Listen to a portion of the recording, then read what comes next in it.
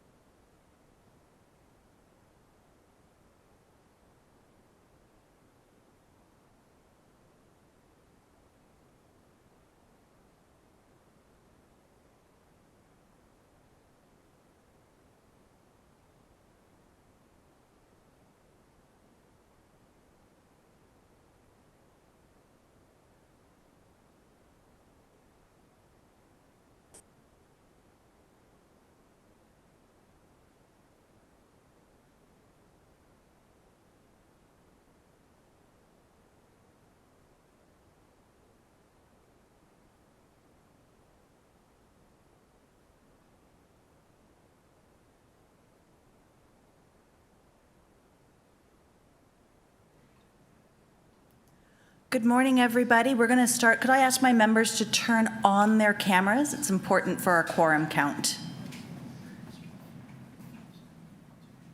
Just by members of the board, please. Thank you ever so much. Okay.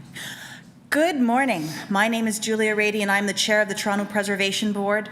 The clerk has confirmed that we have quorum, so I will now call meeting 35 of the Toronto Preservation Board to order. Welcome, everyone. This is a hybrid meeting with some members, staff, and public attending in person and others connecting by video conference over the WebEx platform or calling in.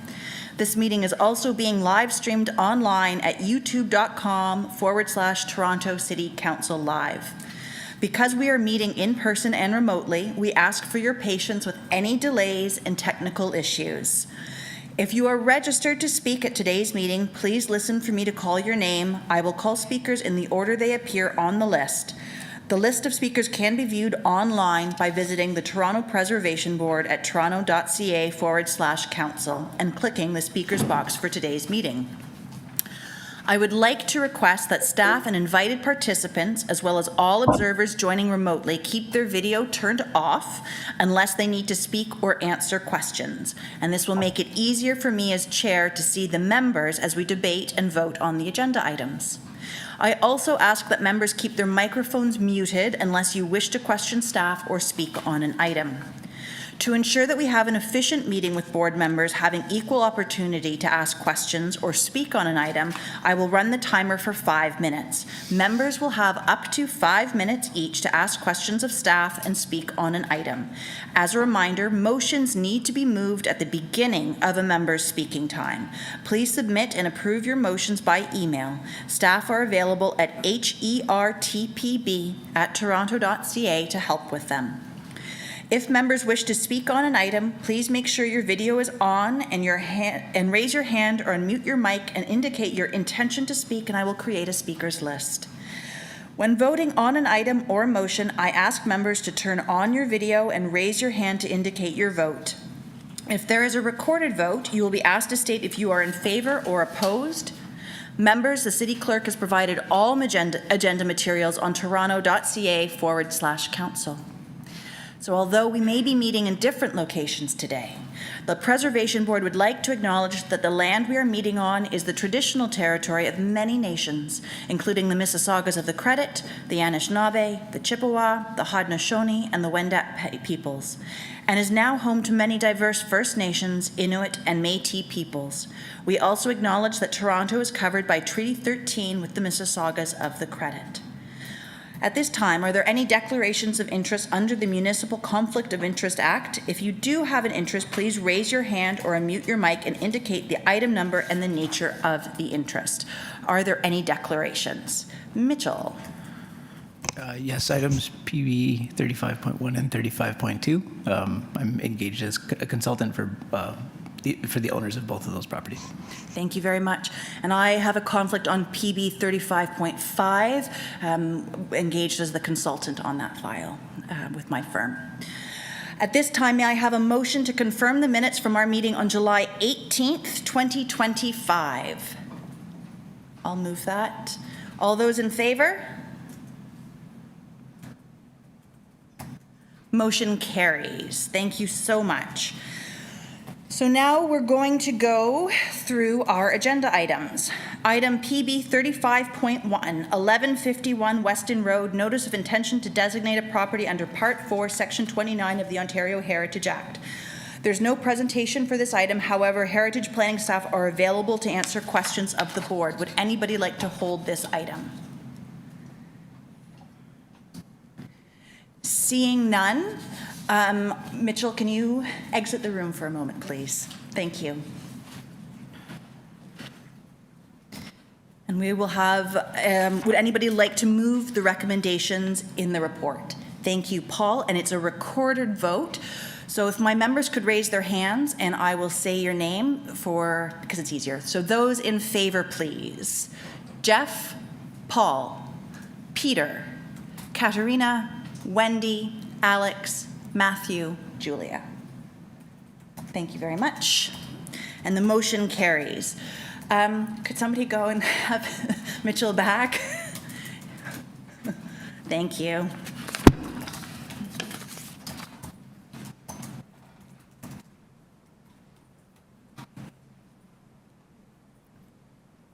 The next item on our agenda is 134 Carlton Street, Notice of Intention to Designate a Property under Part 4, Section 29 of the Ontario Heritage Act. Again, we have no presentation. However, Heritage Planning staff are available to answer questions. Would anybody like to hold this item? Seeing none, goodbye, Mitchell. It's Monday morning. Might as well start with a little bit of a chuckle. We have a staff report with recommendations before us. Would anybody like to move the recommendations of that report? I will. Okay, and we'll have a recorded vote. So once more, hands up for yay. Peter, Katerina, Wendy, Alex, Matthew, Jeff, Paul, Julia. No opposed. Motion carries. And once more, Mitchell can come back.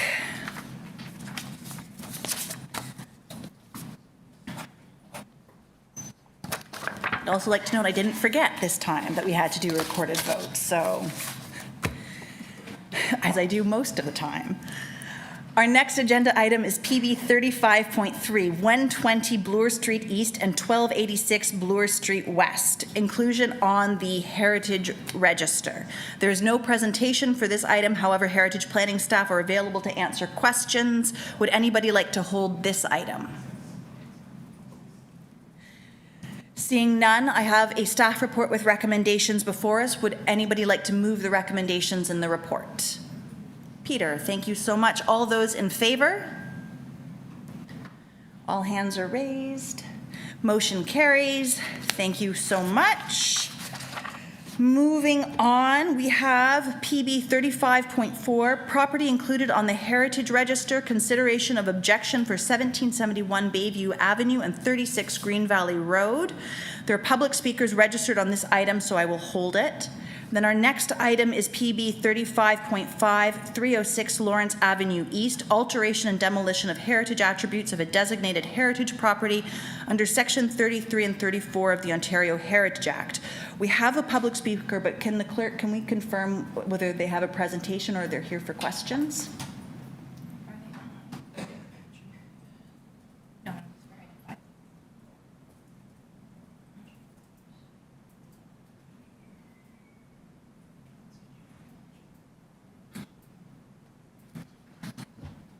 No? They're not. Okay, then I'm gonna. Okay, so then I'm gonna have to hold.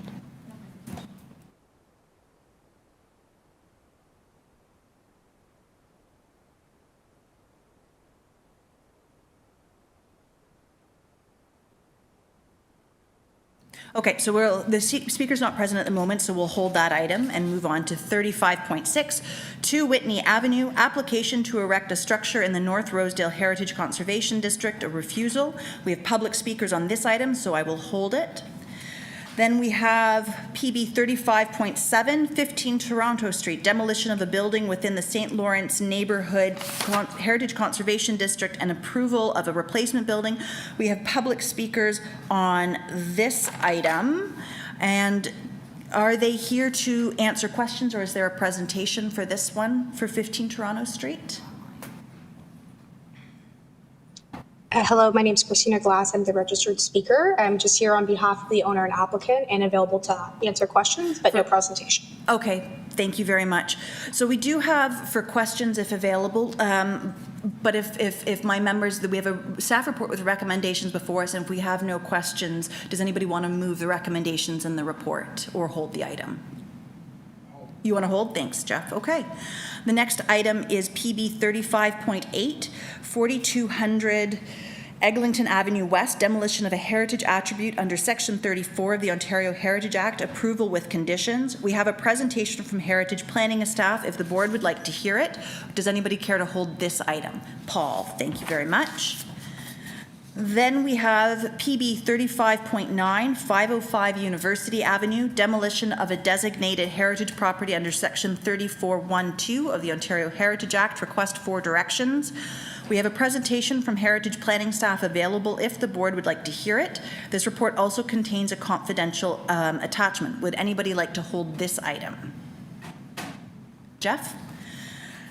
And then that brings us to item 3510. Proposed 2026 meeting schedule for Toronto Preservation Board.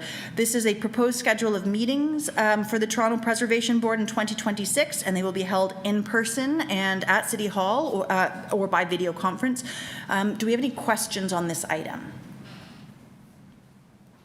Seeing none, does anybody move to adopt this item? Katarina, thank you very much. All those in favor? Fantastic, that carries. And now we will go back to PB 35.4. Okay.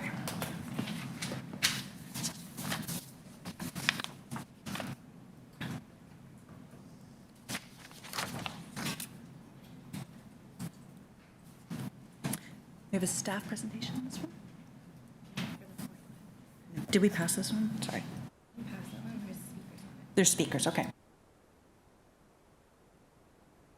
Back to that one. 35.4, we have 2 speakers on this item. Property included on the city's Heritage Register, consideration of objection for 1771 Bayview Avenue and 36 Green Valley Road. Okay.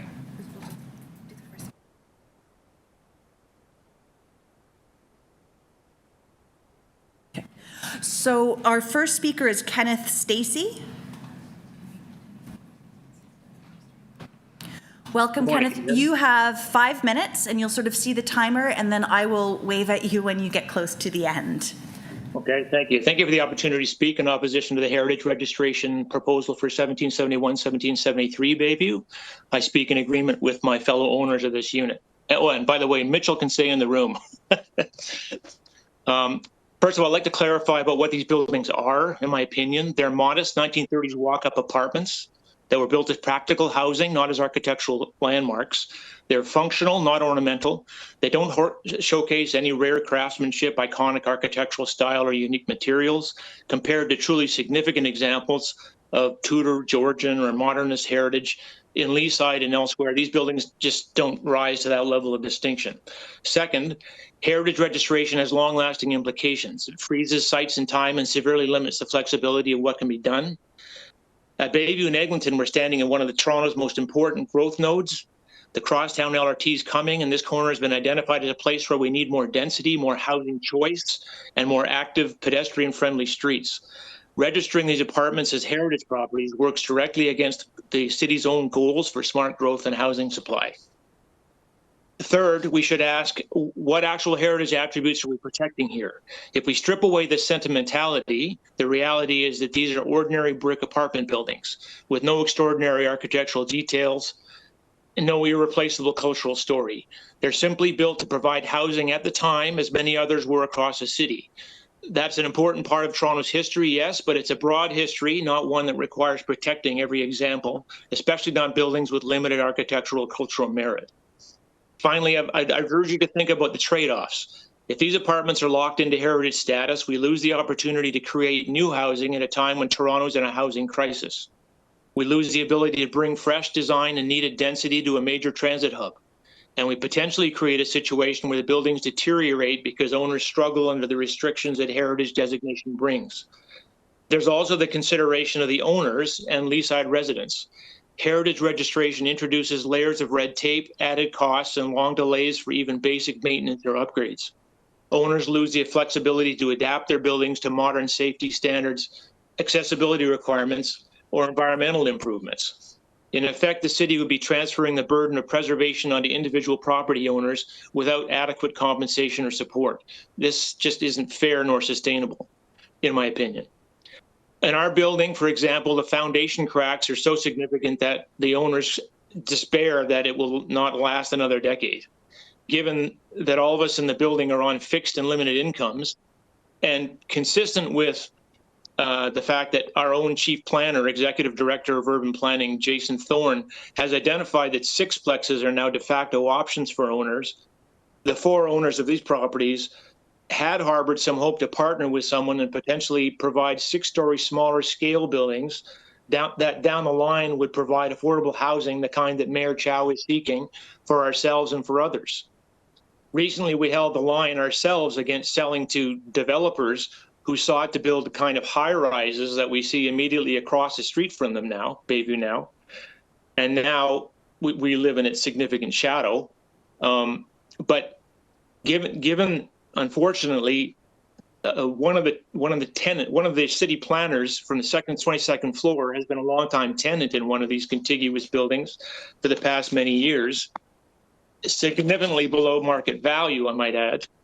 One would hope that he felt protected by the unity that the owners here presented against not 1, not 2, but 3 attempts at development by companies wishing to put up high-rise development. Instead, those of us who own our units question the motivations behind this entire heritage process. In conclusion, preservation is important, but it must be selective and meaningful. To register these Talbot buildings as heritage properties would dilute the very idea of heritage by attaching it to buildings that don't carry exceptional architectural, cultural, or historical weight. I urge you to reject this registration and allow Bayview and Eglinton to evolve into the vibrant transit-oriented community that Toronto needs. Thank you very much. Thank you very much. Do we have any questions for our speaker at this time? Jeff. Mr. Stacey, are you aware that these quads, the Talbot quads, are located in neighborhoods and not in a mixed-use area? Are you aware that the Ward 15, with which Leaside is part, was not approved for 6-unit multiplexes? And are you aware that across the road, the recent development is mid-rise, not high-rise? You made statements in opposition to that. just now. Thank you. First of all, my designation or my quote of that being a high rise, I'm just speaking relatively consistent with the buildings that were there previously. The large building across the from the places that we own, they may not be designated as high rise buildings, but they're significantly larger than the original houses that were there. I'm not familiar with the restriction on sixplexes in the area. I was hoping that could be revisited in the future, given my overall argument that we're looking at intensification of living in the area.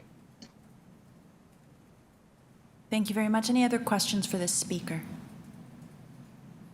Seeing none, thank you very much for your time today, Mr. Stacey. Our next speaker is Angie Dornay. You have a microphone issue?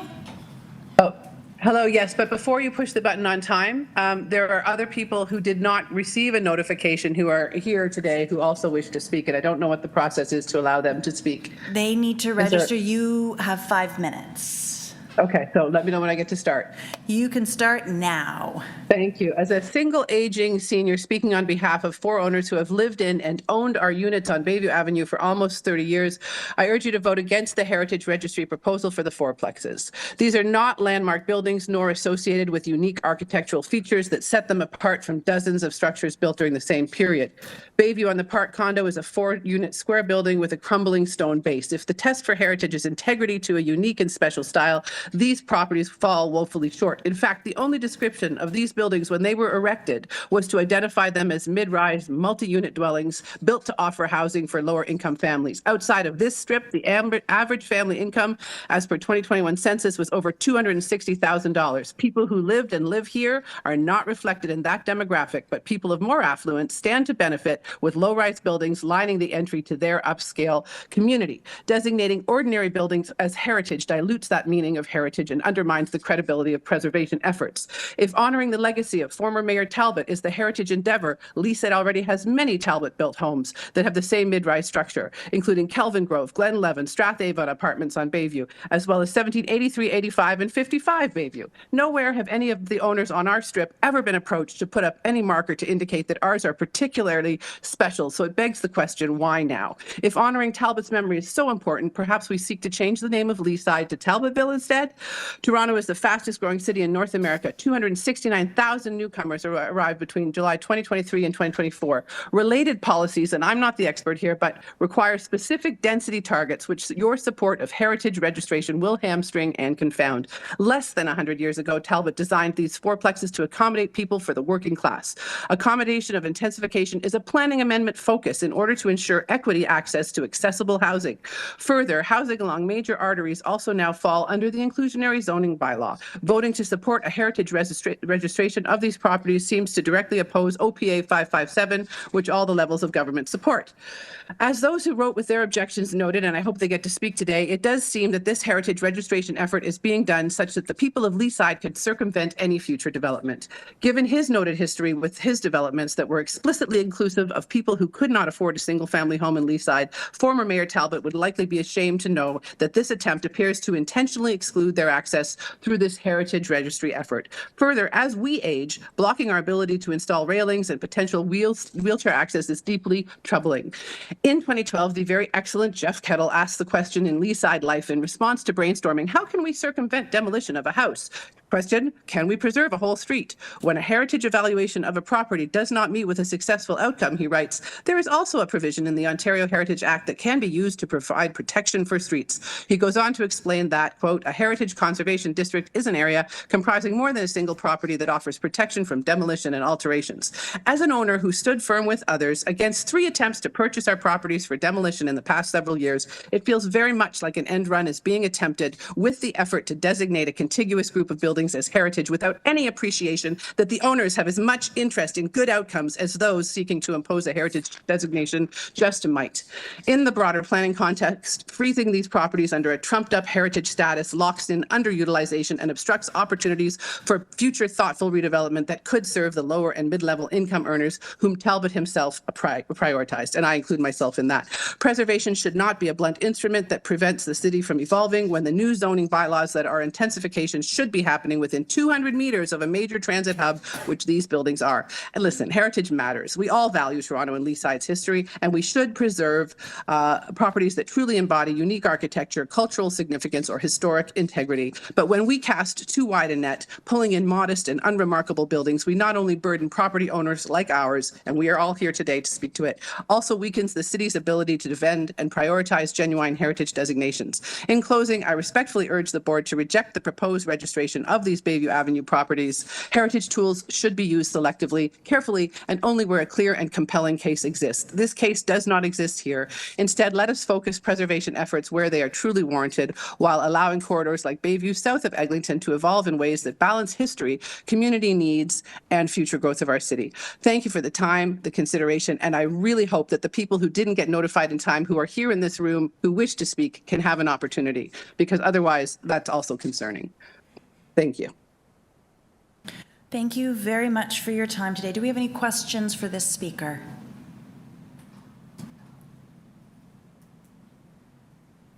Seeing none, again, thank you very much for attending and for your perspective. It's very valuable to have all of these things on the table. We have one more speaker on our list, Shufei Lin. And if I've mispronounced your name, please do correct me.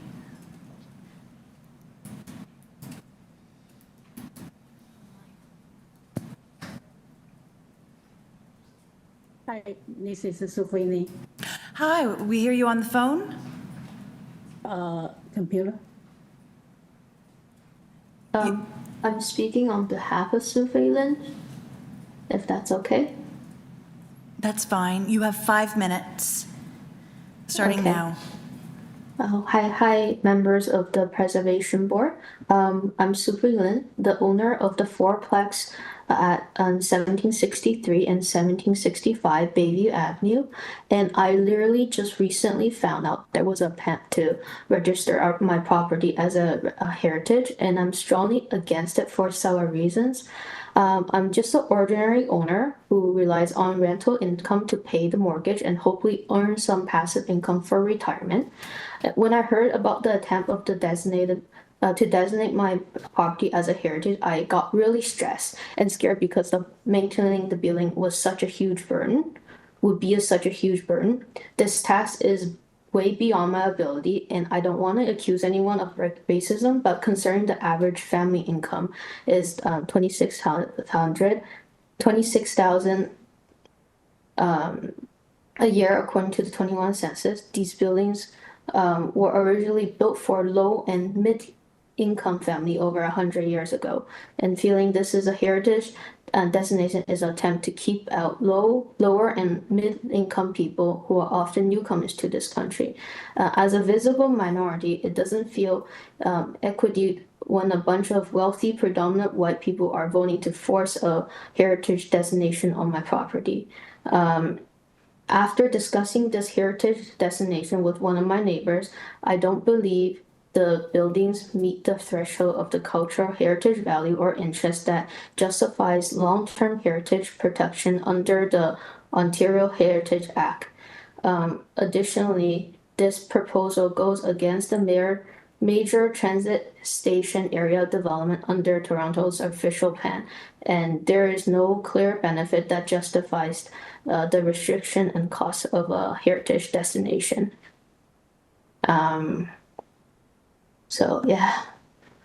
And so, like in conclusion, in my view, the public interest is best served by allowing the site to evolve in line with cities and provincial planning policies that supports intensifies along major artery near rapid transit. While the tablets building are part of the community's history, they don't merit heritage registration, in my opinion, and their preservation would come at a expense of badly needed housing and cities planning objectives. Thank you for considering my perspective. Thank you very much for your time. Are there any questions for this speaker? Seeing none, thank you for your attendance today and your words. We're going to move on to questions of staff.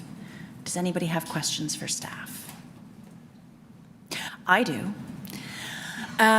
To staff, we've heard the word designation talked about a great deal. Reading the briefing, that's not what's on the table. And I think, just to preface my question, is I think heritage has a tendency to hold on to so many other issues and emotions, but what we have before us is a listing. And so I'd ask staff if you could explain what the difference between a listing is, what then is the next step in the process, should people want to designate it, and would staff consider continuing to talk and have an open dialogue with the owner of the one property that's before us, because we have just the one. Yeah, I'm going to let Gary Meadham deal with this, but I did want to say, and I'm glad you said that, this is just about one property. All the other properties have gone through a council process for listing. So Gary can explain all of that. And obviously, we are open to discussion with all owners to help clarify this. Through the chair, these properties were indeed listed by City Council last November, December, and there are two ways that individual properties can be really on the Heritage Register. One is designation, and this is the case for the 1755 and 1783 85 Bayview Avenue. They were designated, I think, in 2019, and that comes with significant research, listing of attributes for the properties, and a bylaw, which then allows city staff to work with owners as change might happen on those properties to protect what's valuable there. Listing is different. It is not designation. Listing is simply means that if an owner wishes to demolish their property, they need to give the City of Toronto 60 days notice prior to that demolition permit, so that the city has a chance to further evaluate to see if it merits designation. So listing does not have any implications for maintenance. There are no further requirements on maintenance of any property owner, and it does not limit any other changes apart from that demolition permit that someone might want to put forward for their properties. Thank you very much. Are there other questions of staff? Seeing none, is there discussion amongst ourselves? I would say on this one, we have, as I preface my question, heritage can become quite the hot button issue, and what we have before us is a listing. And as much as I'd love to solve the city's housing problems, our focus and our mandate as a preservation board is to be a check and a balance as on the reports that we have before us. I would encourage owners to continue to have a dialogue, because I think there is absolutely a way to work together. I think that heritage and growth can coexist. Call me Pollyanna, but I think that would be a wonderful way forward. That is my soapbox, and we have a staff report with recommendations before us. Yes, Jeff. Yeah, I'd like to make a few comments. Oh, sure. Excuse me, as a Leaside resident, I can tell you there is a lot of support in Leaside. As one of the deputants mentioned, I write a column in Leaside Life, and we never had any pushback on this matter at all. Just to reiterate why we want to move forward on this, is first of all, it meets the criteria for listing, and almost certainly, in my opinion, for designation as well. Beyond the technical assessment, the Talbot quadruplexes were and are an important and integral part of the fabric and the history of the town of Leaside. They represent the second set of apartments associated with Henry Howard Talbot. He was also responsible for many single-family homes. He was a builder, and he was also the mayor, an amazing guy. In terms of architecture, the quads are good examples of the Georgian Revival style. The buildings occupy a highly visible site. We tend to think of sort of the Bayview site, but they're also overlooking and higher than the Talbot Park, which includes the baseball diamond and the high school running track and so on.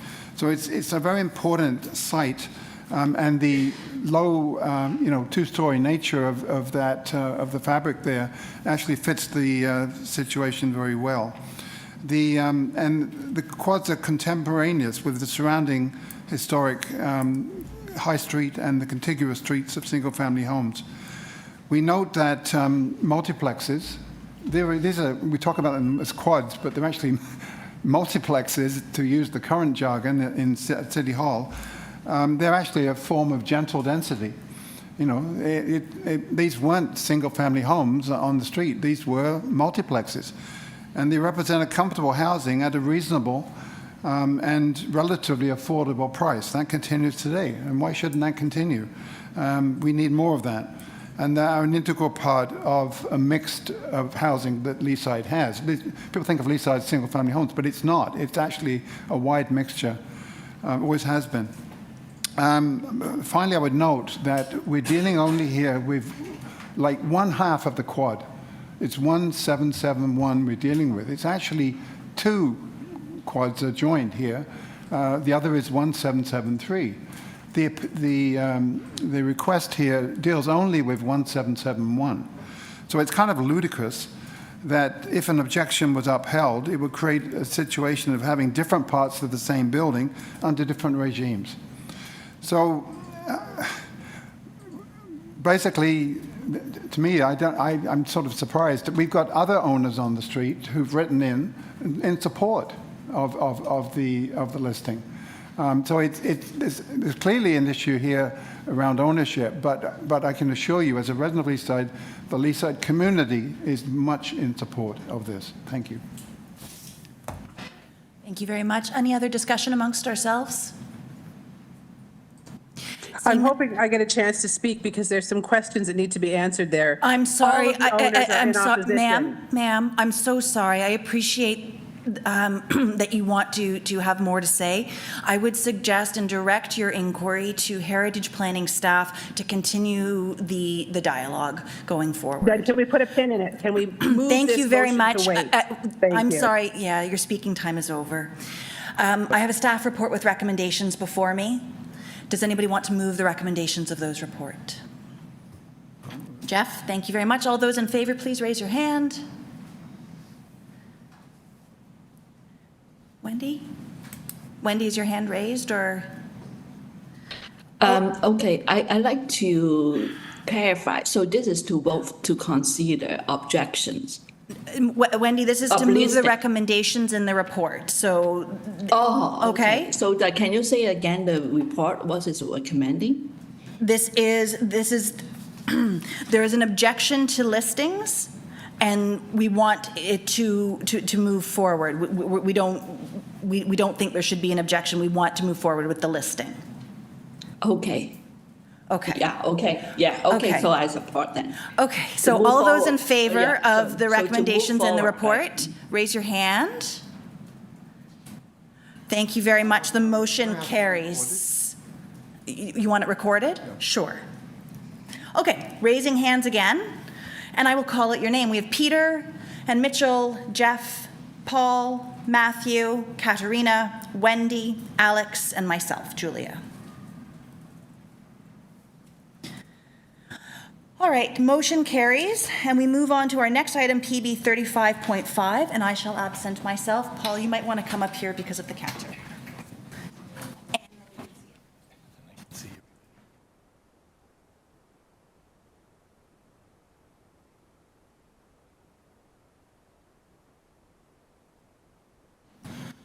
Okay, and this is item PB 35.5, 306 Lawrence Avenue East, alteration and demolition of heritage attributes of a designated heritage property under Section 33 and 34 of the Ontario Heritage Act in Ward 15. And now I need clarification. Do we have a presentation on this item from staff? If you wish. Does the panel wish to hear the presentation? Okay, Jeff says yes, so we will hear the presentation.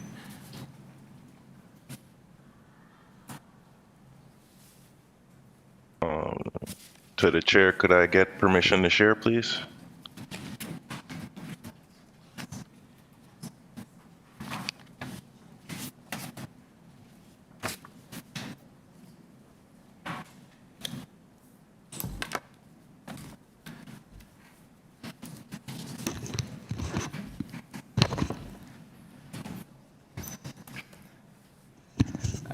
Hello, my name is Colin Yu. I'm the heritage planner on this file, and I'll be presenting on agenda item PB 35.5, 306 Lawrence Avenue East, alteration and demolition to a heritage property designated under Section 33 and 34 of the Ontario Heritage Act. This report recommends that City Council approve the alterations and demolition of heritage attributes proposed under Section 33 and 34 of the Ontario Heritage Act for a Part 4 designated property at 294 to 316 Lawrence Avenue East. Next slide, please.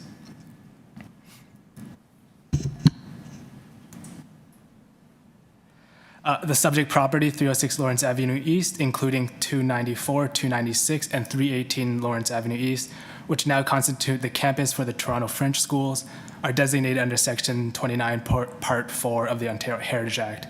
The subject property is located at the northwest corner of Lawrence Avenue East and Bayview Avenue. The subject property is bounded to the west by Mildenhall Road and the Don River to the north. Next slide, please. The proposed scheme entails the construction of a new 350-seat auditorium with supportive classrooms and learning spaces, a new registrar/head of school office, internal streetscape improvements, and the introduction of accessible interior connections between buildings on multiple levels. Next slide, please. The construction of a new auditorium will result in the demolition of 2 ancillary structures and a set of stairs, along with a 1970s rear addition of 306 Lawrence Avenue. The exterior cold storage room located on the west elevation of 306 Lawrence Avenue is proposed to be removed, but the removal will be mitigated by the salvage of the cold storage door and the manufactured stone surround. Next slide, please. Figure 5 shows the north elevation of the new auditorium, and Figure 6 shows the new auditorium in the context of 306 Lawrence Avenue. Next slide, please. Figures 7 and 8 show the new auditorium's east and west elevation. The new construction will result in the demolition of the extant 1970s rear addition and expose the original exterior wall of 306 Lawrence Avenue. The new auditorium will be mostly encapsulated within the new construction. The design seeks to rationalize complex grade level changes across multiple floor levels that are not physically aligned to achieve universal accessibility. Any exposed areas of masonry will be reviewed against the conservation plan so that it is consistent with current conservation standards and practices. The new structure's materials will include limestone, pre-finished metal, and copper panels. These materials and colors are distinctive from the historic structure and provides a clear delineation from the 2 buildings. Furthermore, the new auditorium is designed to have a lower ridge line than that of the designated house form structure and is clearly subordinate to them, providing prominence to 306 Lawrence Avenue. Next slide, please. These images here are renderings of the proposed new auditorium as viewed towards the east and at pedestrian level. In conclusion, heritage planning staff have worked with the applicant early in the development process to address heritage concerns with the massing, alteration, and demolition to heritage attributes related to the proposed scheme. The proposed design retains all the designated structures and will repurpose the existing administrative building to be used as new offices for the head of school and registrar. The new structure is designed to meet the growing programming needs of the Toronto French Schools and provide accessibility between buildings on the campus. Staff are supportive of the proposal to alter and demolish heritage attributes at 306 Lawrence Avenue East to allow for the construction of a new 3-story, 350-seat performing arts center. Although the small exterior cold storage room located on the west elevation of 306 Lawrence Avenue is proposed to be removed, staff accept the heritage consultant's conclusion that the need for code-compliant exits for the basement and main floor requires its removal. But the loss is mitigated by the salvage of the heritage attribute, namely the cold storage door and the manufactured stone surround. Staff support the retention strategy and alterations set out within the conservation strategy and the mitigation measures proposed for the site, and are in the opinion that the proposal has been designed to conserve the cultural heritage value, attributes, and character of the heritage property. And that concludes my presentation. Thank you. Terrific. Thank you, Colin. We have one speaker registered, Jane Burgess. Is Jane online?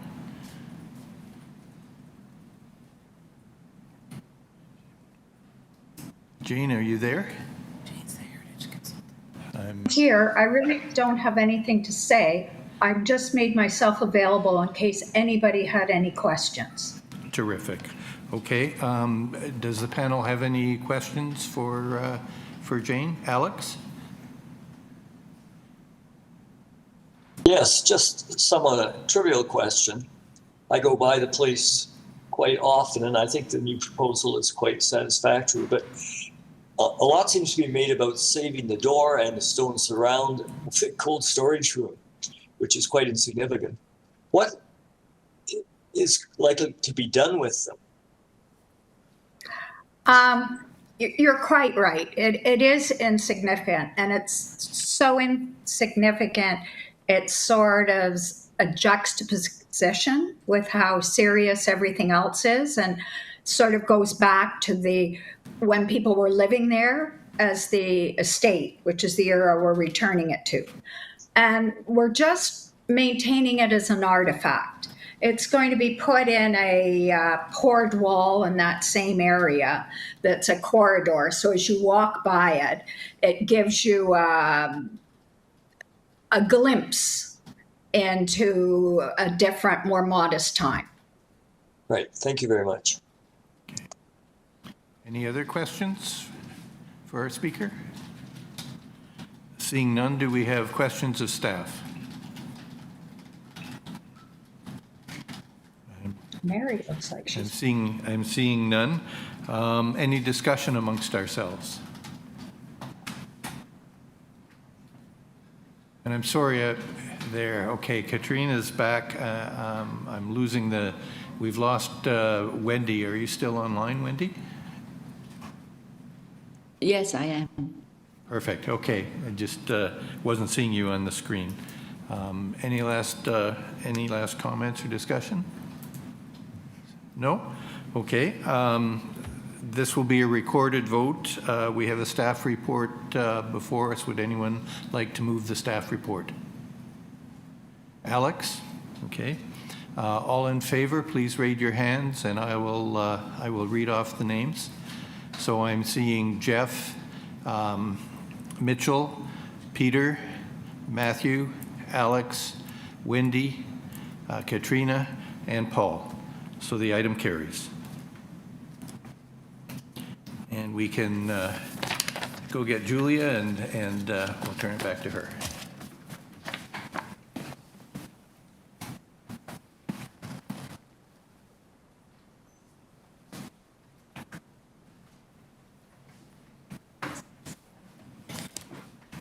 Thanks, Paul. Okay, moving on to our next item, PB 35.6. Do we have a staff?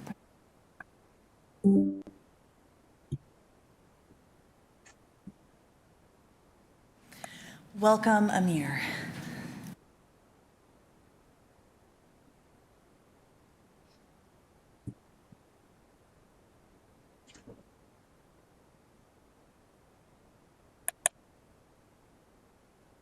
Can't hear.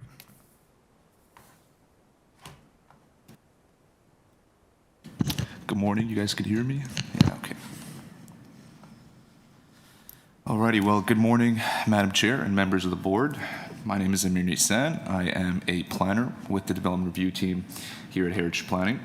And before you is item PB 35.6 regarding 2 Whitney Avenue, application to erect a structure in the North Rosedale Heritage Conservation District, for which staff are recommending refusal.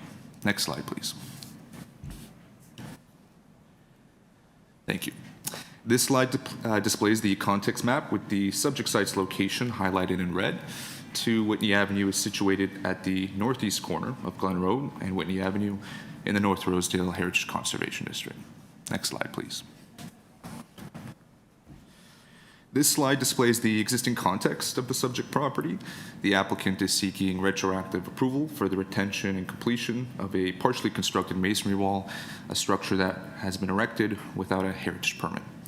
Permission is required under Section 42 of the Ontario Heritage Act to erect any building or structure on a property or permit the erection of such a building or structure within a heritage conservation district. Next slide, please.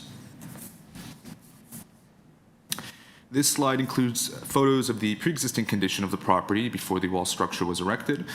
2 Whitney Avenue is distinctly noteworthy for its overall quality of craftsmanship and design. The existing building was originally constructed in 1909 in the period revival style with Elizabethan and Tudor influences. It is also distinctly noteworthy for its prominent siting at the intersection of Whitney Avenue and Glen Road, which overlooks Whitney Park at the center of North Rosedale. The district plan classifies this property as a B-rated property, defining it as a landmark of significant merit and of citywide significance. Next slide, please. This slide displays the proposed site plan and pillar cross-section. The applicant is proposing to keep the already constructed portions of the wall and to complete them as depicted in the application drawings. The wall structure includes a 2.2 meter wall on city land along Whitney Avenue and Glen Road that abuts the property line of the subject property at 2 Whitney Avenue. And according to the submission package, the applicant is proposing to construct the wall with varying heights, with 2.2 meters being at its highest point. The wall will span from one neighboring property line at 159 Roxborough Drive to the other neighboring property line at 6 Whitney Avenue.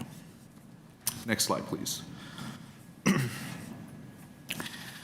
There is so much to say about the Rosedale Heritage Conservation Districts because they contain a significant amount of design and contextual value.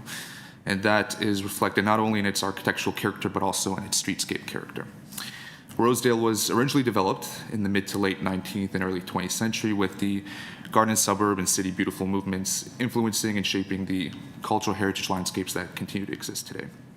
The park-like design of the garden suburb movement is rooted in the idea that there should be a harmonious relationship between the built environment and the landscape. And as can be seen in these pictures from the early years of development of the district, the intended design behind Rosedale streetscapes featured this composition of individual properties situated within generous open landscape lots, and the results are a streetscape character that creates and prioritizes connected open spaces and the sightlines within them. The district plans also go on to explain in great detail how the streets within Rosedale were made to be as scenic as possible and designed to enhance the experience of the architecture by allowing buildings to be viewed from different angles and perceived in the round. The plans additionally go on to explain that whether traditional or contemporary in design, most of the private landscapes found in Rosedale are either completely open to the street or only partially screened from it, and this is what contributes to the serenity and park-like quality of the neighborhood. Next slide, please. This slide displays the currently built wall. The wall is made of solid masonry, rising to 2.2 meters, just over 7 feet, as it turns the corner. The corner portion of the wall is bracketed by ornamental brick pillars that project to a height of just over 2.7 meters, which is approximately 8 feet 9 inches. Staff are of the opinion that the wall structure as it exists and in the proposed final design creates a physical and visual barrier that disrupts the visual connections between the built environment and the open landscapes. And this has an unacceptable impact on the park-like character that is central to the district and district plans. And it is evident in the photos displayed that portions of the wall sever and block the prominent views of the B-rated landmark building from the public realm. And for those reasons, staff are of the opinion that the proposal undermines and conflicts with the intended design and character of the North Rosedale Heritage Conservation District. As a result, the proposal cannot be supported in the context of the North Rosedale District Plan, and it does not represent recommended conservation practice as articulated in Parks Canada standards and guidelines. And so for the reasons outlined in this presentation and in the staff report, staff are recommending that this application be refused. And that concludes my presentation. Thank you. Thank you very much. We have 4 speakers registered on this item. The first on my list is Sean Gosnell.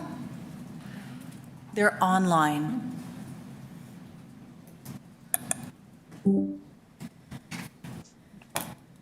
Welcome, Sean. You have 5 minutes. Oh, that's not Sean. Sean?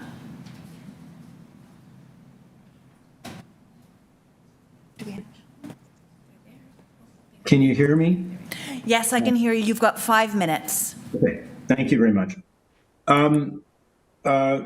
I live at 8 Whitney Avenue, which is separated from the property in question by one building. So I'm on the north side of the street, the same side of the street of this building. I won't repeat what the heritage expert has said. I support everything that the city heritage expert says. I'd like to add, if I may, just a few more comments. First, this wall has been constructed almost entirely on city property, and it has the effect of appropriating to the owner and completely enclosing city lands within the wall itself, so that the enclosed lands will be completely inaccessible and indeed virtually invisible to the public. Correspondingly, they will only be available for the use and enjoyment of the owner and no one else. The effect is that the owner will completely abrogate to itself the entire utility I can't. Enclosed lands. The applicant has not provided any example of any other circumstance in which this has occurred in the Heritage District. Secondly, the city in March of 2025 passed a resolution effectively asking that the wall be removed from the city property. This resolution is not even actually referred to in the application, and there is no challenge to its being in full force and effect. And my respectful comment to the board is that I would respectfully suggest that it cannot be proper heritage planning or planning of any kind to allow a party to construct, in this case, a gigantic wall on lands owned by someone else over their objection. That, I would respectfully suggest, cannot be proper heritage planning. The third comment I'd like to make is that nowhere in the submission of the application is it demonstrated that this wall, which is located, of course, on a corner and, as you can see, very close to the sidewalk and to the intersection itself, is safe from a traffic safety point of view. No such report has been prepared or provided. And I recognize that this board is not a traffic safety tribunal, but that omission, I would respectfully suggest, is a significant flaw in the application. The final point I would like to make is that there are a number of instances in the application in which reference is made to a structure at the southeast corner of the property, which states or suggests that it is an incomplete heritage wall or wall. I would respectfully suggest that that is not a fair or accurate characterization of that structure. That structure is an enclosed seating area.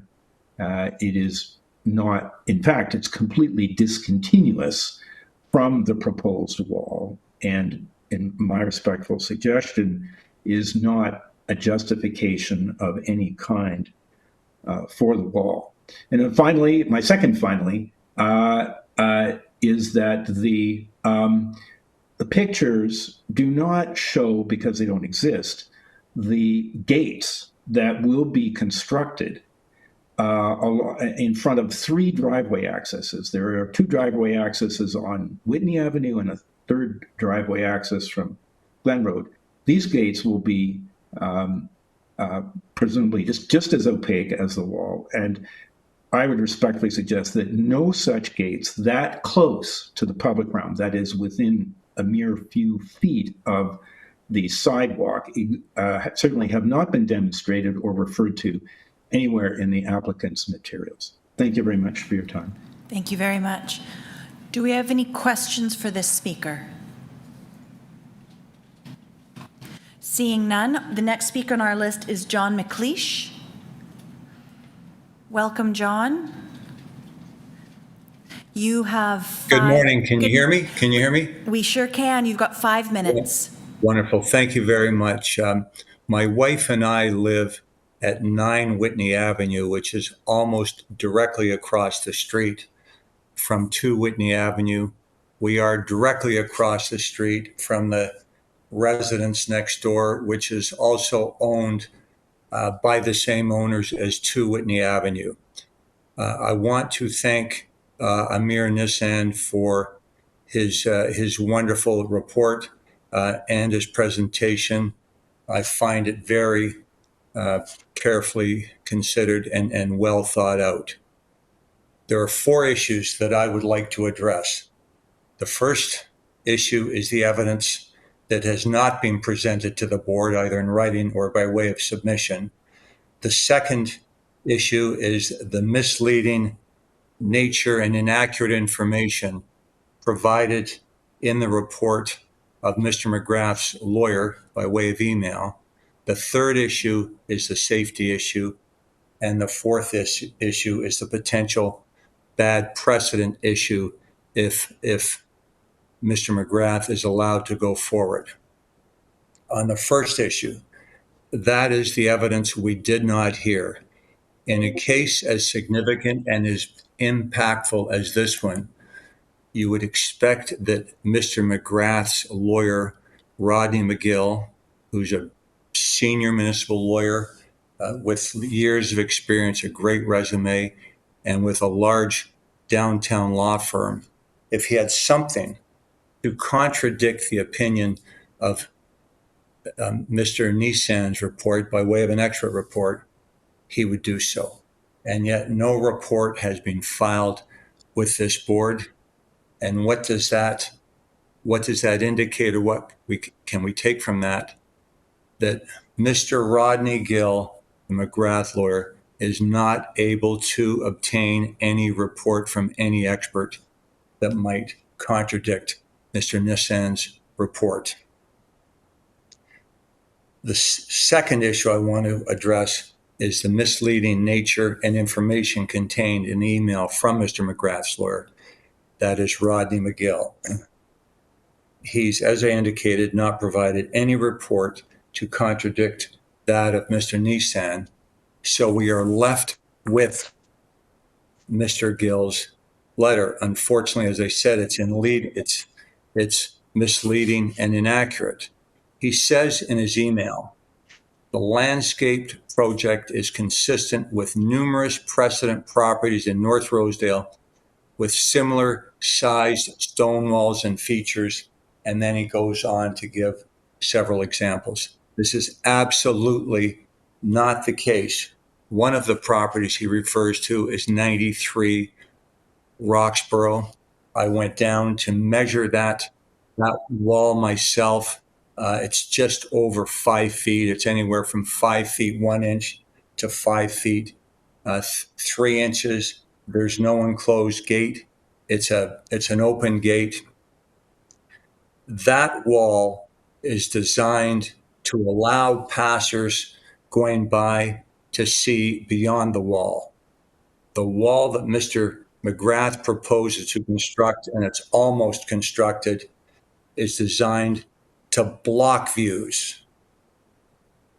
They're just comparing apples with oranges. He goes on to refer to other precedent properties. Nowhere are there similar walls. I'm running out of time, so I will talk about the safety issue. The wall blocks the sight lines, as Mr. Gosnell so eloquently said.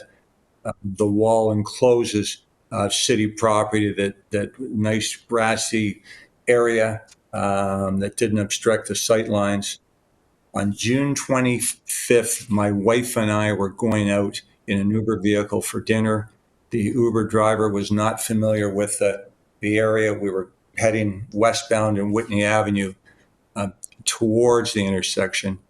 We almost had an accident because of the blocked sight lines. And in my last 15 seconds, if this is allowed, Others may follow suit, hire expensive lawyers, go ahead without a permit, and it's just be a cost of doing business. Thank you very much. Thank you very much for your time today. Do we have any questions for this speaker? Seeing none, again, thank you for joining us today, Mr. McLeish. Next, we have Matthew McGrath. Was my name good? Anywhere is fine, and just make sure your microphone is turned on, please and thank you. Sure. And you'll have 5 minutes, and I can wave at you when you're getting close to the end. Is this turned on? Yes, thank you very much. Thank you for reviewing my family home's heritage application. This home is our forever home, and we've gone to great lengths to respect its heritage and our neighborhood. Yet sadly, I worry that fact is not being accurately portrayed to you by the city and a very small but entitled and vocal group. In short, our planning began in 2020 through engaging ERA Architects, the very firm that wrote the North Rosedale Heritage District Plan, and then diligently following every city process asked of us, starting with receiving a permit for our circular drive through the Committee of Adjustments later that year. We then sought our City Council's support and City approval for the portion of our wall to be built specifically on public property. No surprises, a very detailed process taking over 18 months. In May 2024, Councillor Diane Sachs agreed and moved to support our wall's construction by way of an encroachment agreement. Even with her support, however, City staff required months of review and design alterations to our wall, all of which we complied with. Important to note that even after receiving our city permit to construct the wall, before we commenced construction, we asked specifically for and received written confirmation from the city that no other permits were required. Only then did we build our wall, and we built it precisely to the permit specifications. Not until after our wall was 90% constructed did we next hear from the city or the city councilor again, when she informed our architects of the shocking reversal of her support and suggested for some reason we all of a sudden needed a net new permit, i.e. this heritage permit, to which our architects and lawyers were dumbfounded as the city already granted us a full permit. And regardless, landscaping is specifically exempt from this type of permit in the North Rosedale Heritage District Plan. It then became clear that her reversal came immediately on the heels of a very unfortunate and shameful campaign against my family by that very small, entitled but vocal group. This campaign, which started with an exclusive town hall, which I was neither told about nor invited to, quickly escalated to rocks being thrown through our windows, our house being egged, our children harassed, and bizarre door-to-door canvassing where online photos of my wife and children were weaponized in conjunction with my wife's accent and her nationality. Initially, their campaign claimed our wall created transportation risks, to which city transportation immediately confirmed in writing twice that our wall creates no such risk. When this argument failed, they then claimed sightlines to our home were compromised, although not having any basis whatsoever. Photo evidence clearly demonstrates sightlines have actually improved by over 60% compared to our previous 20-foot high hedge and fence. Amir, what you failed to show was that photo taking of the nice clear shot was during a 3-week period when we had taken the previous 20-foot hedge fence down and were preparing it for the construction of the wall. That was a 3-week period that does not negate the prior 30 years of obstruction. You could not see our house previously. Anyone to say anything differently is not telling accuracies. When they ran out of arguments, this very same group then lobbied Councillor Sachs to suggest we apply for a net new heritage permit in the hopes they could sway the city to not issue us one and attempt to have our wall removed. Regarding the city's report to your board of September 10th, I very respectfully take issue with its finding and, in fact, its entire basis. First off, we did not build a wall without a permit. It is not retroactive. We took every reasonable measure, spending 18 months to secure explicit city permission to build our wall exactly as it is on public property. Secondly, our neighborhood has many precedents of walls, fences, and hedges that are much higher than our brick wall and which are indeed on public property. The most relevant precedent, though, is that existing 12-foot high brick wall that has stood at the front of our property, somehow didn't make it to your photos since its original construction. And so how can one view our much shorter brick wall as unprecedented or not within the heritage of our home? Please understand that we spent months planning our wall's construction to match our home's architectural design and spared no expense in the process. For example, we sourced 3 different types of bricks all the way from Philadelphia, painstakingly matched the mortar's color, all to ensure the constructed wall appears as if built no later than our home's original construction in 1909. The result was a complete success, garnering countless compliments from neighbors, and not surprisingly, twice the number of letters are in support sent to your board. Over 70% support its aesthetics. Ann Fisher from City Heritage even confirmed she liked the wall's aesthetics, but for its location on city property, which is precisely what our fully binding encroachment agreement permits. Therefore, I respectfully ask the board not to be influenced by this highly inappropriate campaign. Please review our 45-page heritage permit. Please base your decision on whether our wall is consistent with the heritage of our home, not on its public property location, for which we have a permit, not on refuted transportation risks, not on people's subjective beliefs about obstructed homes, for which there is no basis. Indeed, I hope you'll agree with the vast majority. This wall is well within our home's heritage. It's all previously issued city permits must be relied upon by homeowners, especially after 18 months of due process has been completed and after hundreds of thousands of dollars have been spent, all with the goal of improving our neighborhood and our home. Thank you. Thank you. Thank you very much. Very upsetting. I'm going to give us all just everybody's going to take a deep breath, because this is a really, we're going to ask some questions of you. No, this is a big issue, and I think everybody just one big inhale, one big exhale. I think that will help set the tone so that we can have a reasonable discussion going forward. Okay, do we have any questions for Mr. McGrath as a board? Seeing none, Mr. McGrath, thank you very much for coming today. Thank you. Thank you for your prepared remarks. Thank you very, very much. We have one last speaker on our list, Cynthia McDougall.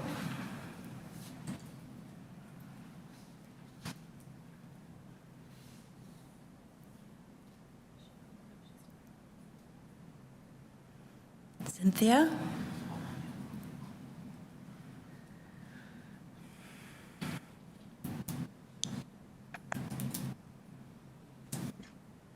Can you hear me? I can hear you. Oh, great. Sorry. It's all good. You have 5 minutes. Thank you very much. My name is Cynthia McDougall. I live on 18 Edgewood Crescent. I've been a resident for 38 years, and I feel very privileged to live in this neighborhood and have raised my children. I'm a person who, in my professional life, is a municipal planning development lawyer, and some of you may know me, some of you may not.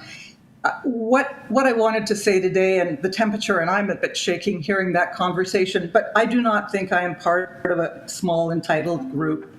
I think that was offensive, and I would like to say that when I was looking at the diagrams of the planner, what was fascinating to me is when the diagrams were presented, if you look at the slides, the red went around the property, which included the city right-of-way and the public realm, as well as the site plan, number 4. So there was no line that made it easy for you to distinguish where the public property is and where the private property is. And location does affect judgment, and it does affect how we enjoy the public realm. And I'm a member of the Rosedale United Church. I am a pedestrian. I walk through the area. I go to Craigleaf Garden. And I was out on Sunday taking photos in the public realm. And if you look back at that site plan, and I don't have the ability to do graphics, I'm doing this out of my house, but every corner off of the park, which is right across the street from the subject house, every other neighbor has in fact enhanced the public realm. No one has a wall. And it's a bit like what your mom would say, if everybody did it, it wouldn't be nice. And it's not nice. It's not a nice wall. It doesn't help the community. It doesn't enhance the community. It's not in keeping with the aesthetic of the community. It's not in keeping with the heritage of the community. Everything is context. It's inappropriate. Finally, I would say, stand back and think about it for those who you are in the system and you're negotiating with city officials and planning departments and the communities. In this case, for whatever reason, it fell through the cracks. The local councillor, nor did the applicant actually advise the North Rosedale Residents Association. So it's my understanding they weren't aware of what was happening, so no one was able to give feedback at the outset. The original recommendations from staff was to oppose it. I don't know what happened. We did have a first-term councillor, but think about it from context. Whenever I'm doing major institutions and developments within heritage conservation districts or for projects, I'm being asked to respect that heritage. I'm being asked to sometimes create an interest in private land to provide for enjoyment of the heritage. In this case, it's been turned on its head, and I urge you to support the staff's recommendations. Thank you. Thank you very much. Do we have any questions for this speaker? Seeing none, we're going to move to questions of staff. Do we have any at this point? Katerina. My question is in regards to the previous wall that the owner speak about. Do we have any images of that, or is that something that was very similar to the one that's being erected right now?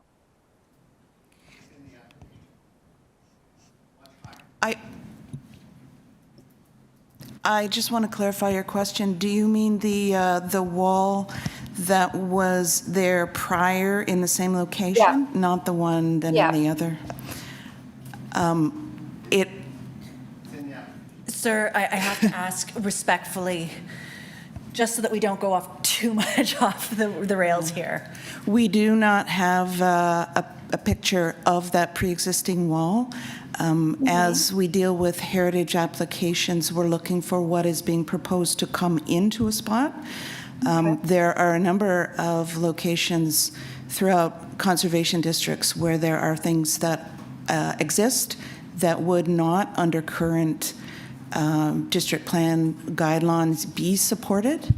It's kind of like the Building Code Act. It matters when you touch it, when you change something.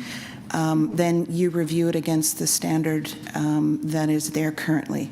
So we are concerned with what is being proposed for this location, not what was there before. Okay. Okay.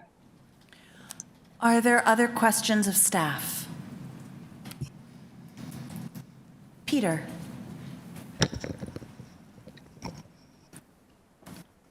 I have to say, I find this a very, very challenging report.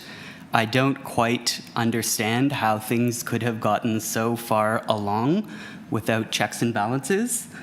I absolutely sympathize with the frustrations expressed by the homeowner. Can staff give any insight into what went wrong along the way and how this slipped through the cracks, how this question of the heritage permit only came up after the wall was substantially constructed, and if there was in fact an error that was made, what can be done in the future to prevent this situation from happening again? Thank you. Thank you, through the chair. I cannot speak to what happened prior, and as you heard from the owner and as was indicated in our staff report, there was involvement with transportation services. There was discussion and approvals related to an encroachment agreement. All I can tell you is the point in which heritage planning staff became aware that the wall was being constructed. And once we were made aware of that, we determined that a heritage permit was required for it as a structure. It is not landscape, it is a structure. And so we have reviewed it against that. Yes, please, Peter. Thanks, Mary, for the answer. I guess should there not have been something done at the time that the encroachment agreement discussions took place to trigger the heritage permit? Like, how could you not have been notified at that point in time? It's quite astonishing, and it's not a criticism, it's just an observation about the city's internal business processes. Yeah, through the chair, I can't comment on internal city business processes. We're just dealing with the heritage permit that is before you. So I appreciate the question, but I can't comment on that now. Other questions of staff? One more? Yeah. Yep, appreciate that. Thanks, Mary. I guess what are the potential next steps as this matter moves forward? Is there an avenue for the owner to appeal a council refusal of the heritage permit application, or does the matter end with a council decision? The wall is constructed on city property. Under the Heritage Act, only owners have the right of appeal. So there are no appeal rights under the Heritage Act for the owner of 2 Whitney. It's city-owned property. Further questions?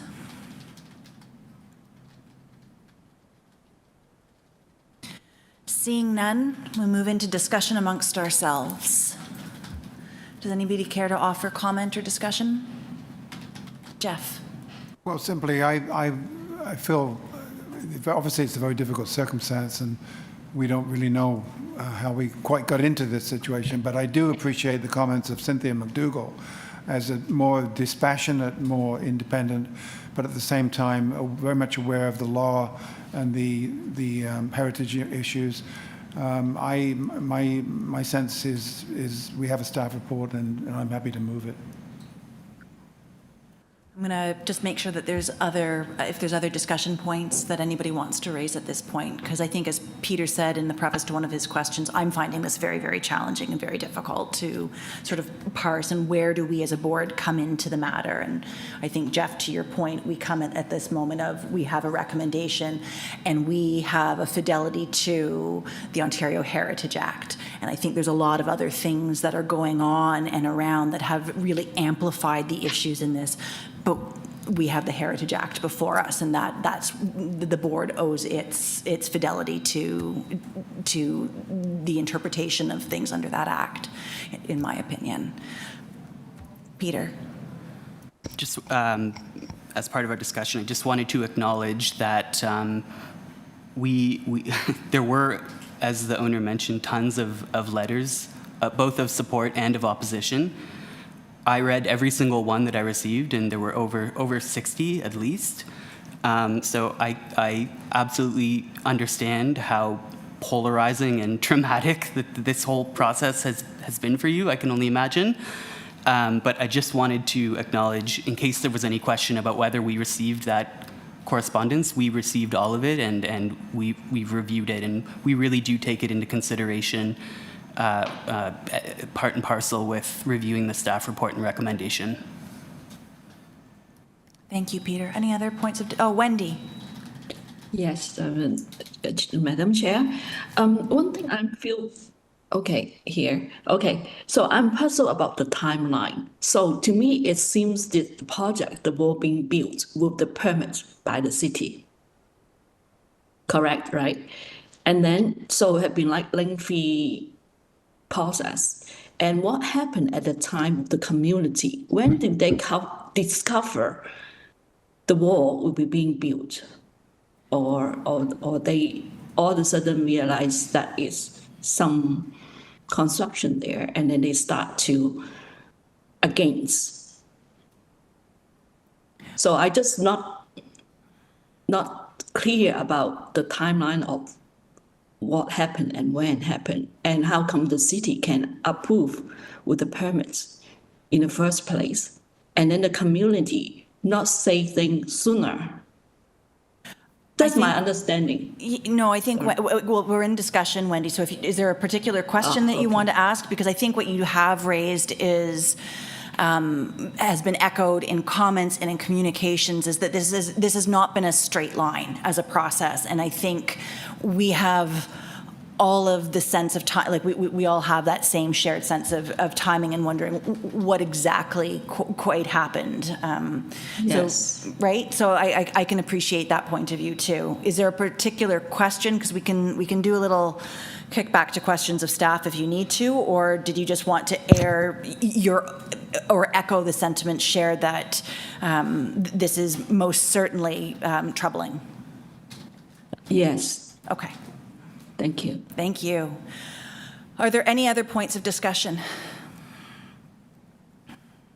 Mitchell. Just a small one.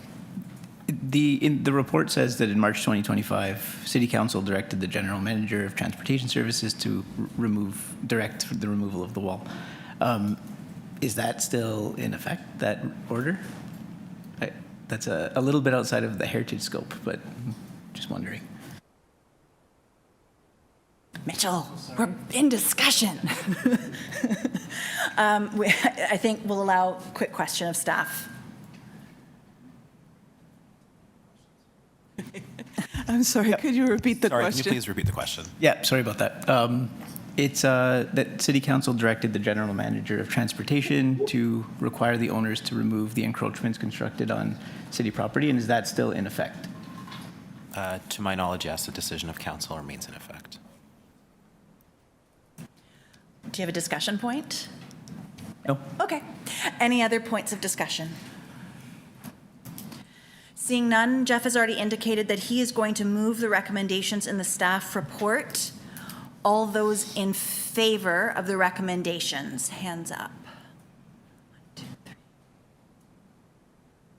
Motion carries. Thank you very much. Thank you to all of our speakers for all of their time today, and I hope that there is ongoing dialogue to the best of everybody's ability. Moving on now to PB 35.7, 15 Toronto Street, and we'll welcome Michael.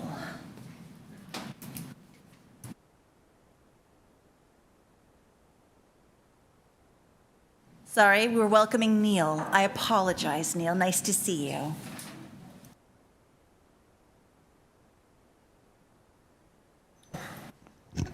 Good morning, everyone.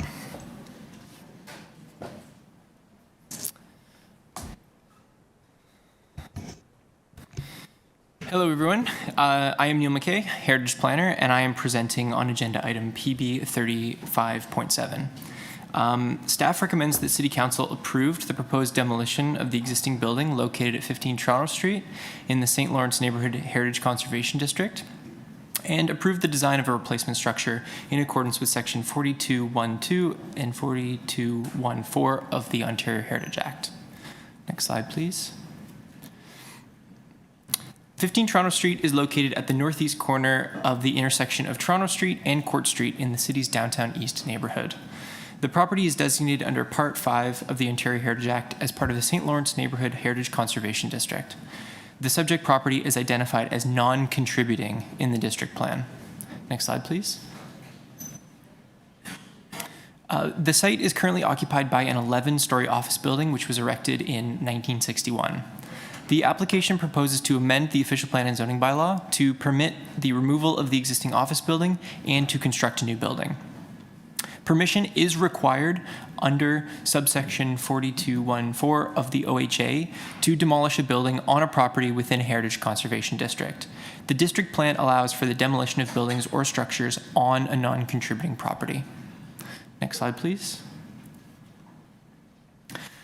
Permission is also required under subsection 42.1.2 of the OHA to erect a building or structure on a property in a heritage conservation district. The application proposes the construction of a 56-story mixed-use tower plus mechanical penthouse with a 3-story base. In accordance with district policy, the proposal will be built to the full extent of the property frontages, with the exception of secured ground floor setbacks.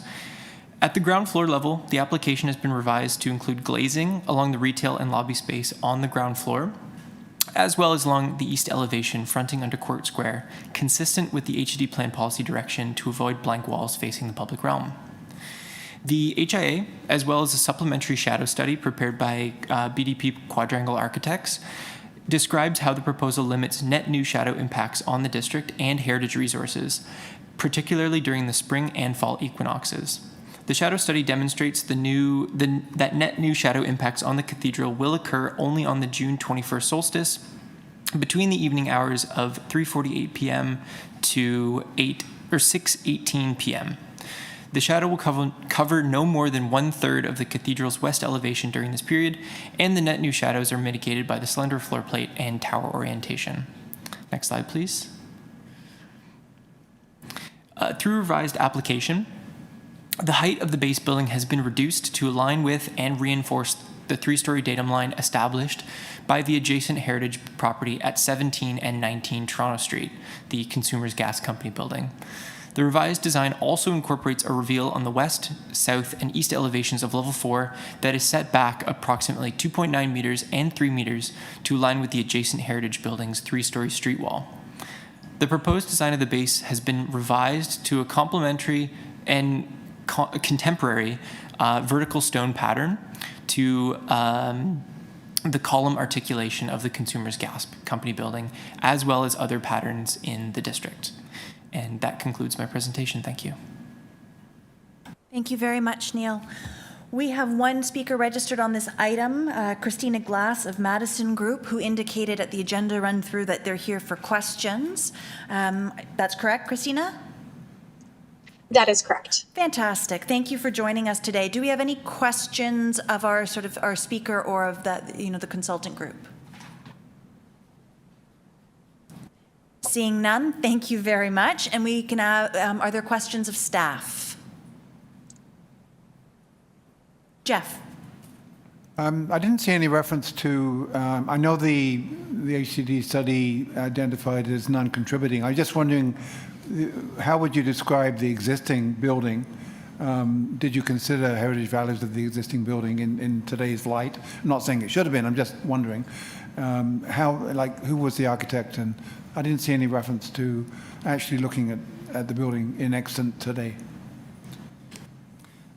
Through the chair, there is information related to the building as well as the architect, the construction methods, the architectural style within the heritage impact assessment that was submitted with the application. It was constructed by, I believe, a firm from Hamilton for the Gooderham and Worts company in 1961 for their headquarters, which replaced the Flatiron building.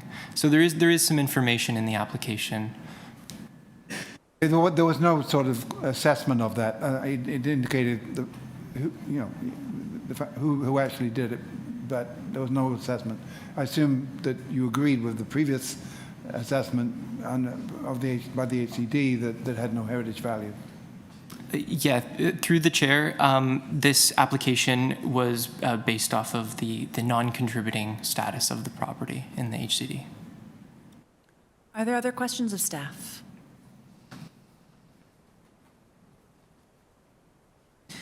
Seeing none, do we have any discussion amongst ourselves?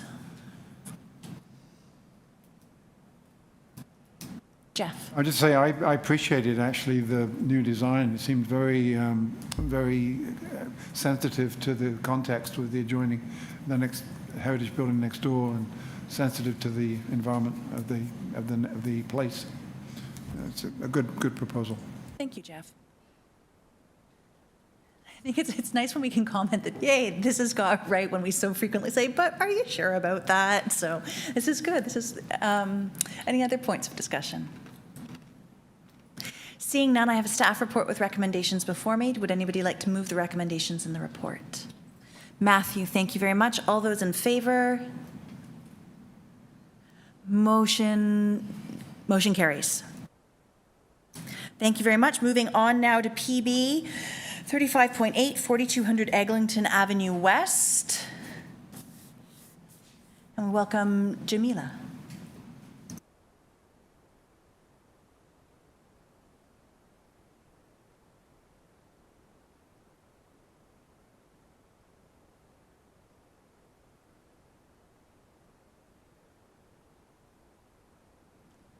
Good morning. Madam Chair and members of the board, my name is Jamila Stapleton. I'm a planner here in Heritage Planning on the Development Review Team. Before you is item PB 35.8 regarding 4200 Eglinton Avenue West, demolition of a heritage attribute under Section 34 of the Ontario Heritage Act.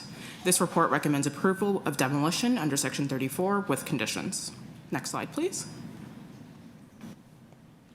The subject property, outlined in red, is located on the northwest corner of Eglinton Avenue West and Royal York Road in Etobicoke. It is designated under Part 4 of the Ontario Heritage Act. The property contains a 2.5-story Mary Read house, which was constructed in 1939 as a country residence and was intended to be a small residential enclave similar to those in the nearby Kingsway Park developed by Home Smith Company. However, the remainder of the subdivision was not developed as envisioned, leaving this property as a reminder of the intended appearance of this part of Etobicoke. Next slide, please. This slide shows the low stone wall with gate posts that lines the southern frontage of the property. Next slide. Here are two close-up photos of the wall. The wall consists of both dry stone and mortar in some sections. The wall and gate posts are noted as heritage attributes of this property. Next slide, please. Okay. This slide shows the proposal, which includes the demolition of the low stone wall with gate posts to facilitate the excavation and construction required for the Eglinton Crosstown West extension. The subject property will contain 2 station entrances, a large skylight above grade, and an underground platform. The proposal is to carefully document the wall and gate posts prior to demolition. The attributes would then be deconstructed and their materials safely stored off-site while the station is being constructed. Following the station construction, the wall and gate posts will be reconstructed in their original location to match their original appearance and using the salvaged stone. Additionally, the Mary Read house is situated behind the proposed underground platform and would not be altered by the new station, and it would remain visible from Eglinton Avenue West. Next slide, please. Staff recommend the need to allow for construction of the new rapid transit station, but recommend the loss of these important attributes be mitigated by requiring salvage, storage, and reconstruction. The proposal, therefore, would ensure the wall and gate posts are carefully documented prior to their demolition, then carefully dismantled and stored off-site. Following construction of the station, the stored stone would be returned to the site and used to reconstruct the new dry stone wall to match the appearance of the original and the location of the original wall and gate posts. As such, staff recommend the approval of the demolition and reconstruction of the low stone wall and gate posts be granted under Section 34 of the Ontario Heritage Act with the conditions outlined in the report. Thank you. Thank you very much. Do we have questions for staff? Paul. Thank you. I have a couple of questions. I'll try to be quick. The first is simply that the description of the wall, it's built without mortar. It's been there for a very long time. The intent is to match the appearance. I guess my question is how accurate a matching are you expecting? Is this a brick by brick, every brick in place kind of thing, or simply using the materials to create something that approximates what was there before? And the other question is, are you going to introduce any new materials? Will this need a new base? Will mortar be used in place of the old construction style? Just how detailed will you be in reconstructing? Through the chair, as one of the conditions of this is that a reconstruction plan be submitted to the city. And this is a dry stone wall, so it needs to be constructed or reconstructed with a specialist. Unlike normal walls, which have great big blocks of stone, these are small stones that are in line with most of them with no mortar. So our aim is to have the reconstruction will be by a specialist who understands dry stone walling and will be able to construct a wall using the salvage material that will have the same appearance. It's not going to be, because the stones are not going to be in exactly the same position, but you need to be a specialist to be able to construct the dry stone wall that reflects the appearance of the existing. Okay. I can appreciate it's a fairly difficult reconstruction, I would think. The second question that I would have is about the site generally. This is the front of a property that has a house on it that is designated. It's a rather intrusive construction project overall. The subway station's a pretty big thing to build. And there's a lot of room for, construction vehicles to end up in the wrong place and so forth. Has anything been done to ensure that the property itself, the building and the rest of the property is protected and remains intact during the construction period? Yep. So through the chair, mitigation measures have been considered in the HIA. So yes, access will be coming off of Royal York Road temporarily, and construction fencing will be installed around the house, as well as vibration monitoring. Okay, thank you. And the last question is just the relationship between the city and Metrolinx on this project. Metrolinx is provincial. Province has a lot of overrides. Metrolinx has done some really wonderful things on Eglinton with some of the heritage properties in building the crosstown, but not everything they do ends up done as thoroughly or as quickly as one might want. And so my question is really, who's calling the shots here? Does the city have the ability to enforce this with Metrolinx? And is there confidence that this will be done and that the result will happen in a timely fashion when the subway construction is completed? Through the chair, so the application before you is just for the demolition and reconstruction of the wall. It's not for the station. The station building is just for the wall. We have conditions on we are recommending conditions about the reconstruction and the construction, and we are taking a letter of credit to ensure that it is done appropriately.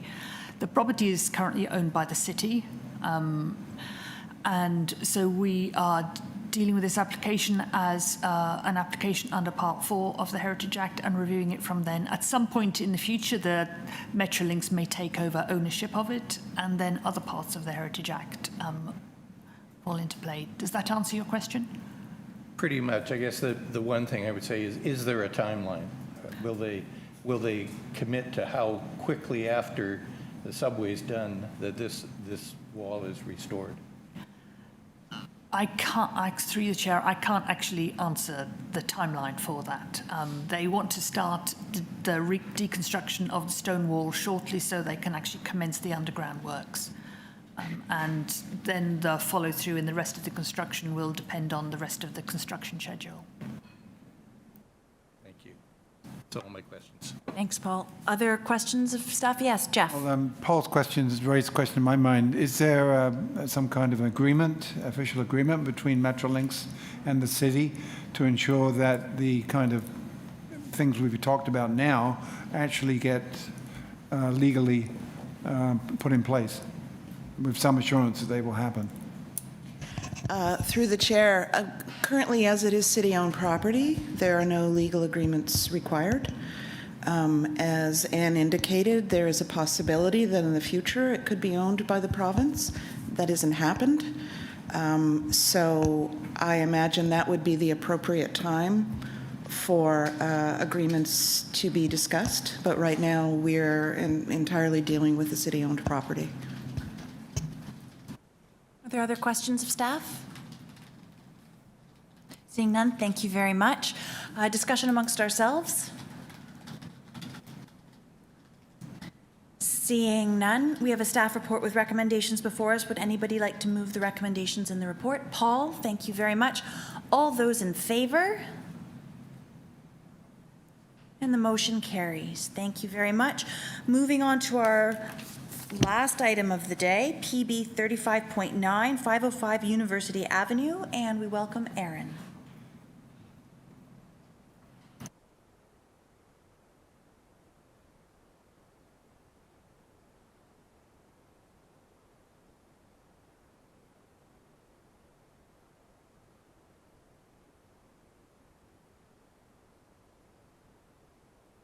Can you hear me now?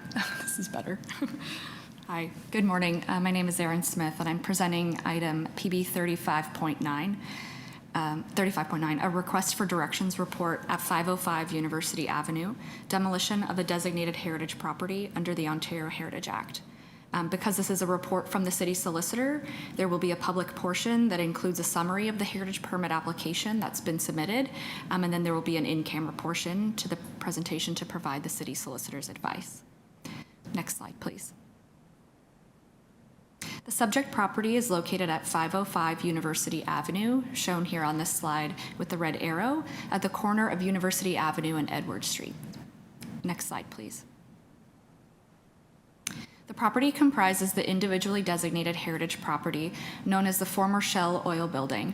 Each of its elevations are shown on this slide here. It's a 20-story office building designed by the architectural firm Morani & Morris, who constructed a number of buildings along this section of University Avenue, and it was completed in 2 phases. The first 13 stories completed in 1958, with the final 7 stories added in 1966. It's a fine representative example of a transitional office building from the post-World War II era, designed in the modern classical style. The scale, materials, and features of the Shell Oil Building were inspired by the urban design guidelines established for University Avenue in the early 20th century.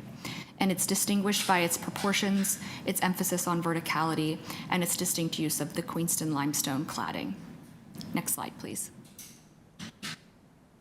In 2022, development applications under the Planning Act were submitted for the property that proposed to demolish the former Shell Oil Building and proposed to reuse some of its materials in the construction of a new base building, and that is shown in the rendering at left. These applications are under appeal to the Ontario Land Tribunal. In September 2025, the owner filed a heritage permit application requesting council's consent for the building's demolition and reconstruction proposed by way of dismantling and panelization. A new mixed-use building is proposed to connect to the north elevation of the reconstructed Shell Oil Building with stepbacks and setbacks, shown in the massing model at right.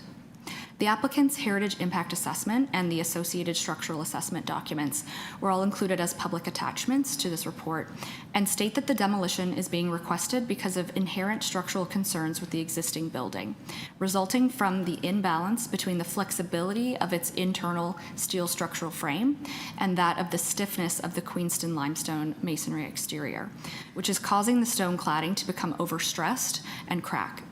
The applicant's heritage impact documents state that repairing the cracks will be temporary and over time cannot address the inherent structural issues that are created by that flexibility of the interior steel frame and the stiffness of the masonry exterior. And given that Queenston limestone materials are no longer available, will result in a patchwork of mismatched stones and result in an accelerating loss of heritage value. So the applicant's heritage consultant has therefore recommended that the building be dismantled and the Queenston limestone be salvaged and reused as part of a new building that would commemorate the heritage building by incorporating the reconstruction of its principal west, south, east, and partial north facades as part of a new mixed-use building with some alterations to accommodate new residential uses. Next slide, please. This slide shows the proposed commemorated building from the principal elevation seen along University Avenue. Next slide, please.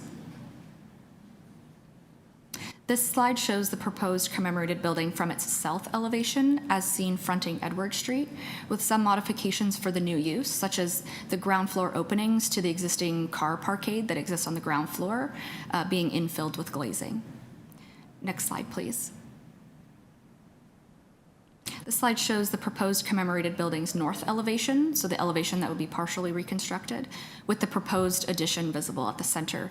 It is set back on either end to allow for the partial reconstruction of the Shell Oil Building's north elevation. Next slide, please.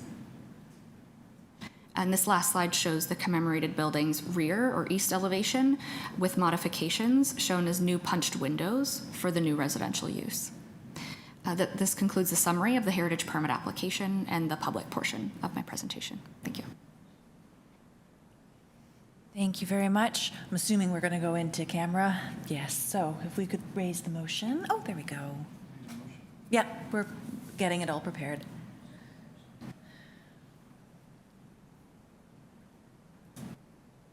that the Toronto Preservation Board meet in closed session to receive advice that is subject to litigation or potential litigation, including matters before administrative tribunals affecting the municipality of the local board for item PB 35.9. I move to move into closed session. All those in favor?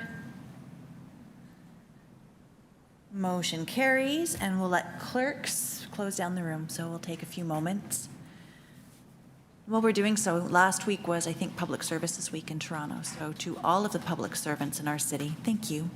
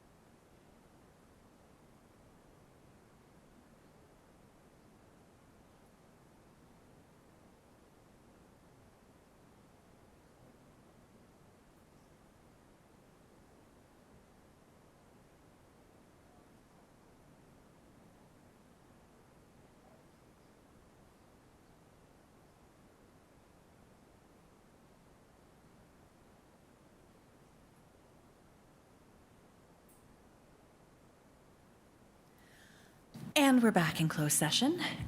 Erin, take it away. I'll just wait for the slides to come up if possible. Thanks. To the chair, could I get permission to share, please? Sure can.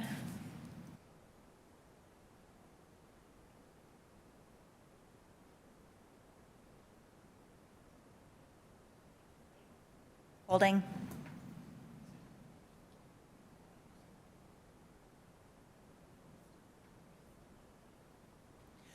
We're not quite back yet. Hold.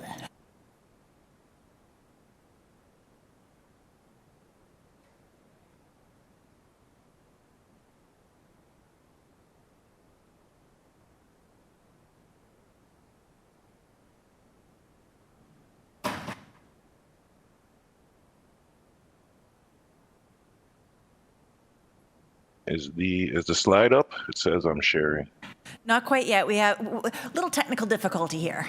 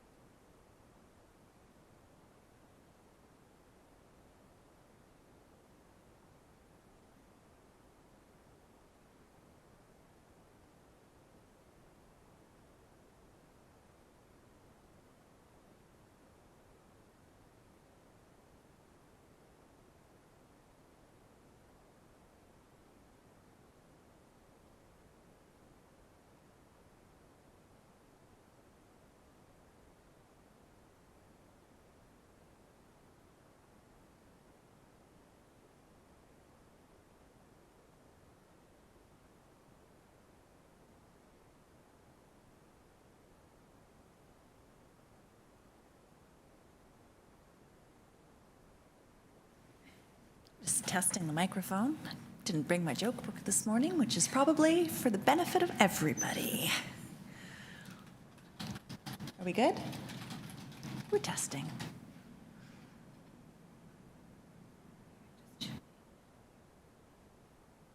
And we've got a thumbs up.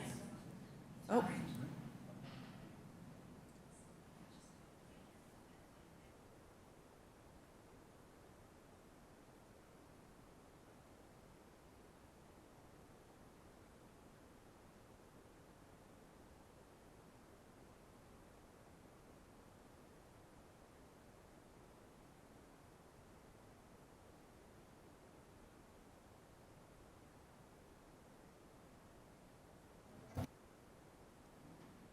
Is mine? It's off?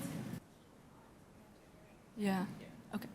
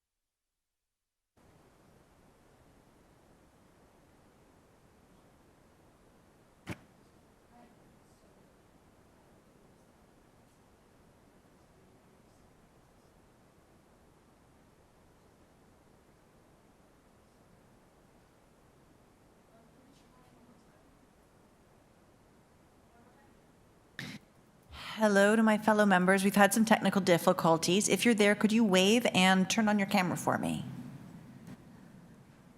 Nope, they're ignoring me. Matthew? Hey, we're back. I'm not. This is great. That's step one. Thank you very much for everybody's patience. There's been just some issues. Yeah, we're. But now our YouTube is live, which we can't have in closed session. So we're just trying to navigate so that I can still hear and see you guys, but we respect the confidentiality of the closed session, just to my fellow members so you know what's going on.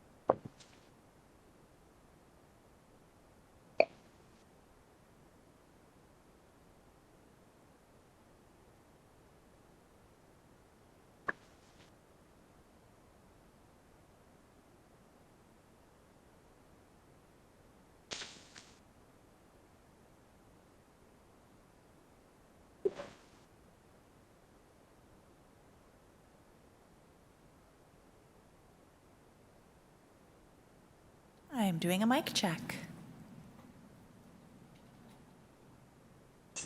Check, check, 1, 2, 3.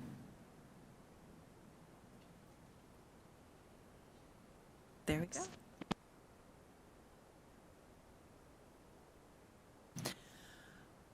All right, we're back in public session. Is there any other public discussion that we have amongst ourselves?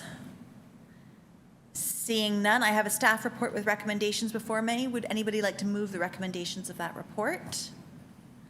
Peter, thank you very much. All those in favor? The motion carries. And that concludes our agenda for today. We will see everybody in October. Enjoy the rest of your September and happy first day of autumn, everybody. The meeting's adjourned.